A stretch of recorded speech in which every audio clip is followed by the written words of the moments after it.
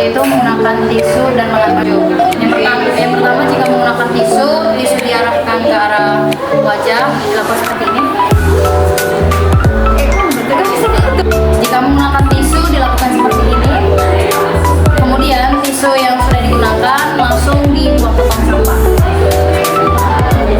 Kemudian cara yang kedua yaitu menggunakan lengan baju seperti ini. Lengan diarahkan seperti ini lalu dibersihkan ke arah baju.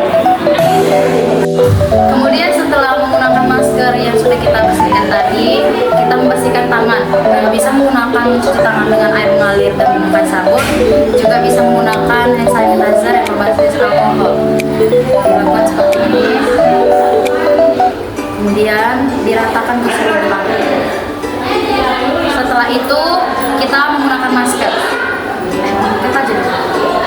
Setelah kita sudah menggunakan hand sanitizer ataupun sudah mencuci tangan, kita menggunakan masker.